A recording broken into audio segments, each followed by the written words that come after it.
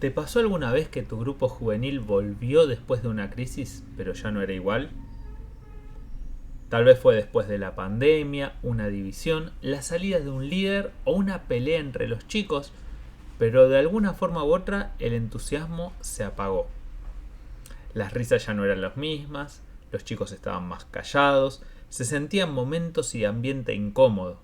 Y vos pensaste, ¿cómo hago para volver a encender lo que se perdió? La respuesta no es forzar el ánimo, sino reconstruir la resiliencia espiritual y emocional de los chicos. Esa fuerza interior que permite volver a levantarse juntos. En el episodio de hoy vamos a ver cómo fomentar esta resiliencia en adolescentes y jóvenes después de una crisis.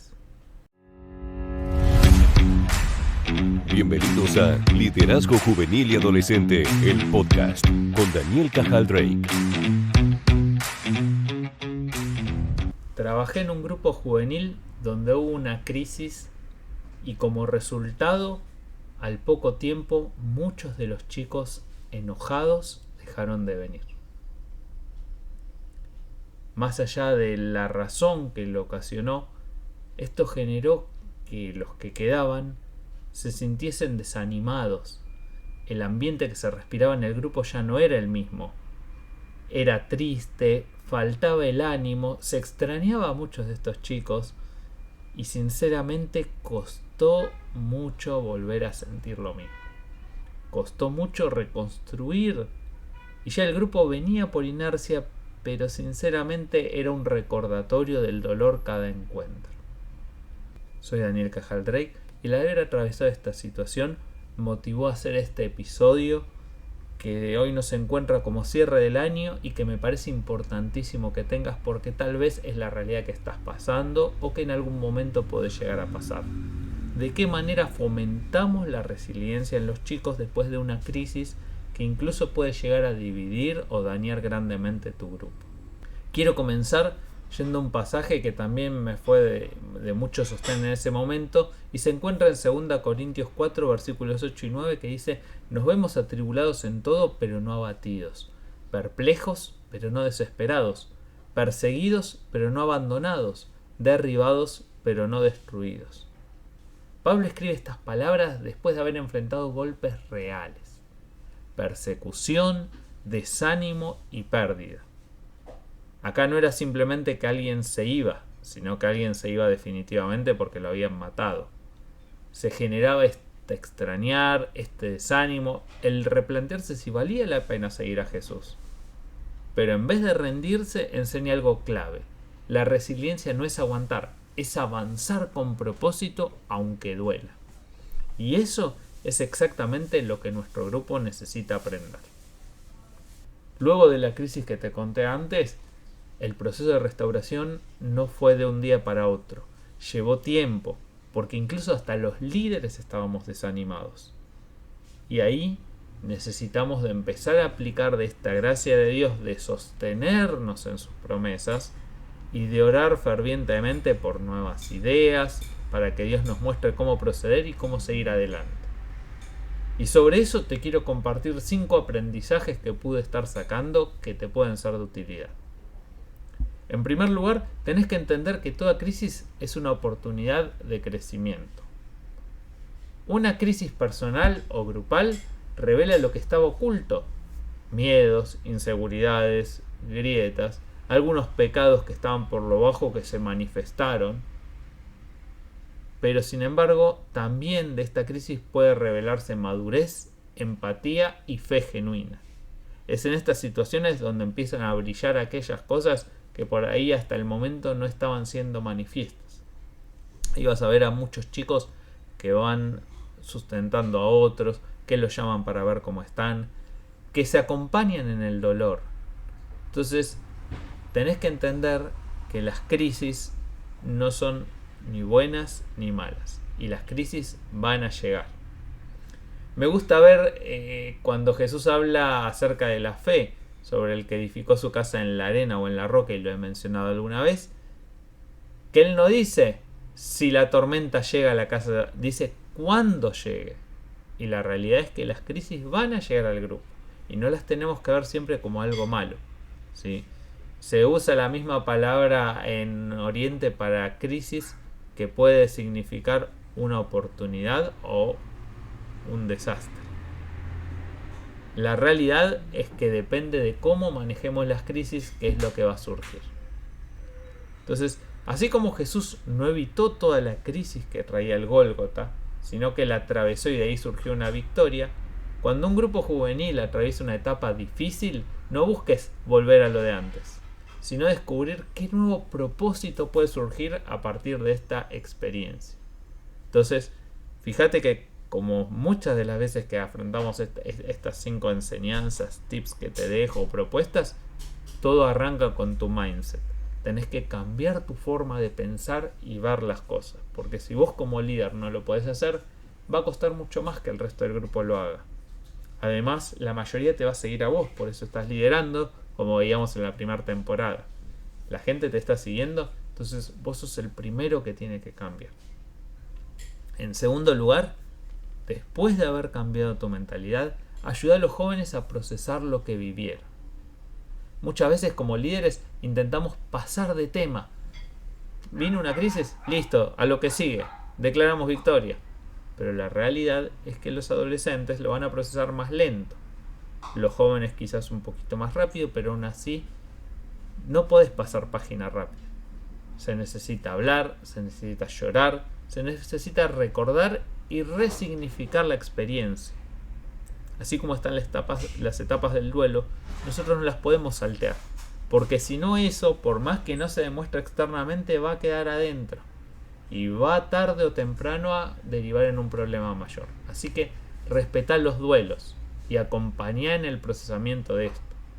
Por ejemplo, podés hacer una especie de fogón o de experiencias o pijamada o un momento solos y tranquilos donde relajados puedan compartir qué es lo que más les costó de esta experiencia, qué es lo que aprenden, qué agradecen de este proceso, qué cosas les da miedo.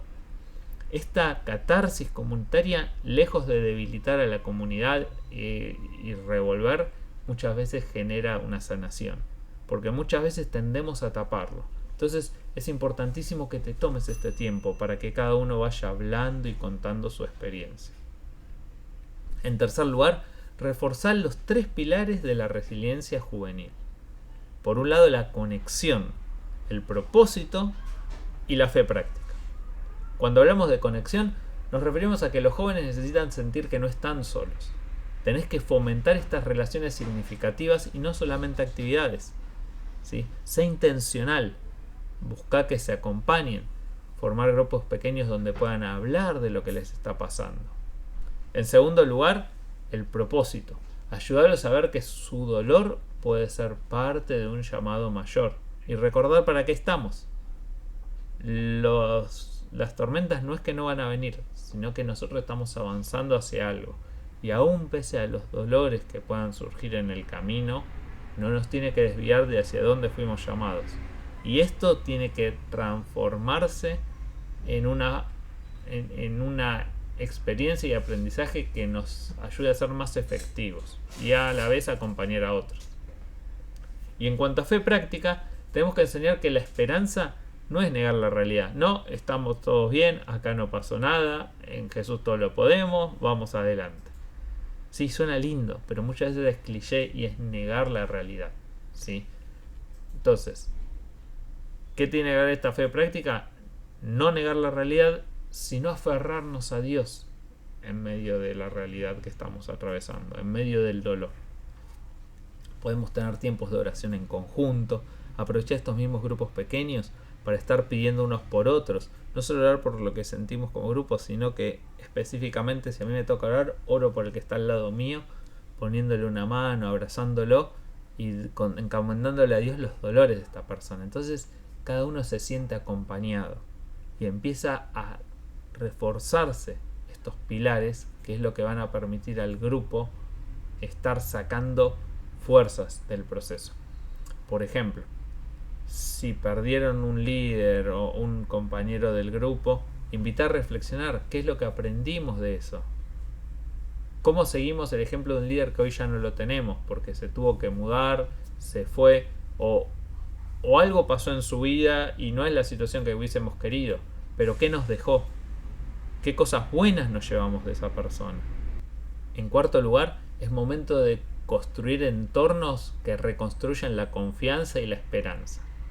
Después de una crisis, la motivación no va a volver sola, la vas a tener que cultivar. Entonces tu rol como líder es modelar la estabilidad. No necesitas tener todas las respuestas, solamente ser alguien confiable, predecible y lleno de fe. Y que desde ese ejemplo los chicos puedan apoyarse y reforzar su fe. Algunas prácticas simples. Por ejemplo, vos podés cumplir todo aquello que prometes, aunque sean cosas pequeñas, porque eso les va a dar confianza. No necesitan que alguien más les falle en estos momentos. Entonces, sabé decir que no, y que si te comprometiste a algo, lo lleves a cabo. No prometas por prometer. Por otro lado, podés mostrar vulnerabilidad con equilibrio. Yo también estoy cansado, pero sé que Dios me está sosteniendo. Yo pasé por este dolor y Dios me sacó de ahí y me va a volver a sacar. Entonces, testimonios, cosas que pueden ayudar. Y celebrar cada avance que se haga, aunque sea mínimo. Si una persona pudo sacar de su corazón algo y perdonar a otro, celebralo, ¿sí? Si esta persona después se siente confiada, invítala a compartir su testimonio. Por ahí no hace falta que sea una plataforma donde grite a dos voces lo que se mandó, pero sí lo que aprendió de esa experiencia y cómo Dios utilizó cada situación. En quinto lugar, transformar el dolor en un testimonio. El punto más alto de la resiliencia no es solo recuperarse, es usar eso vivido para fortalecer a otros. Pablo no escondió las cicatrices que tenía, las transformó en historias de fe. Y cuando hoy pensamos en Pablo, no solo pensamos en ese gran hombre, sino en todo lo que sufrió.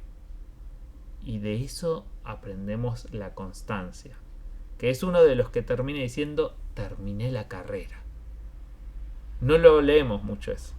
Entonces, aprendamos que aún con las dificultades, la mayor fortaleza después de atravesarlos es generar un testimonio para que fortalezca a otros. De la misma forma, cada uno de tus chicos pueden inspirar a otros si entienden que la historia personal de ellos puede sonar a alguien más. Pensá en esta frase: no somos el mismo grupo que antes de la crisis, somos un grupo más real y que ha crecido. Esto puede ayudar a los chicos a tomar dimensión de lo que han vivido, darse cuenta de lo que acaban de superar y poder dar testimonio. Como decíamos en el ejemplo anterior, así como celebrás las victorias, los avances que se dan, invítalos a compartirlos con otros, porque otros pueden estar necesitando eso. Quiero dejarte algunas preguntas para que estés discutiendo en tu equipo. ¿Qué crisis reciente se enfrentó tu grupo y qué fue lo que dejó en el corazón de los jóvenes? ¿Qué pequeñas señales de resiliencia ves en ellos el día de hoy? ¿Y cómo podés convertir las heridas del ministerio en oportunidades para estar sirviendo mejor? Como aplicación práctica, te dejo un reto personal. Identifica una crisis ministerial o personal de este año y escribí 3 cosas que Dios te enseñó a través de ella. Como grupo, hagan un encuentro de cierre donde cada joven pueda compartir una batalla ganada en este año, por más pequeña que sea. Quiero cerrar con esta reflexión. ¿Qué pasaría si en vez de temer a las crisis, las usáramos como parte de nuestro discipulado? Recordá que toda crisis deja marcas, pero si las heridas se sanan en comunidad y bajo la mirada de Dios, esas marcas se convierten en señales de vida y no de derrota. Y así, mientras termina un año, empieza otro lleno de expectativas y nuevas oportunidades para crecer, servir y reconstruir. Así que estamos finalizando este año. Fue un placer estarlos acompañando. Espero que cada uno de estos episodios que fuimos haciendo te traiga una herramienta más para incorporar a tu ministerio, a tu liderazgo, y que puedas estar llevando a cabo con más eficacia esta tarea que papá nos encomendó con tanto amor y responsabilidad. Entonces, vamos a estar preparando cosas para el año que viene. Te pido que ores por mí, por cada una de las personas también que aportan a que este podcast esté saliendo, y también espero tus comentarios. Si te gustaría hablar de algo, si consideras que algo es importante y no lo estuvimos tratando, me viene de 10, porque este verano queremos preparar algo para que el año que viene puedas seguir creciendo como líder y tu ministerio empiece a acercarse cada vez más a lo que papá diseñó. Te dejo, te mando un abrazo enorme, que tengas un muy buen tiempo para estar disfrutando con tus chicos, con tu grupo, que papá te dé nuevas ideas, nuevas cosas, y dejo en manos de él tu estabilidad, tus fuerzas, tu sabiduría, y que cada vez seas un mejor líder.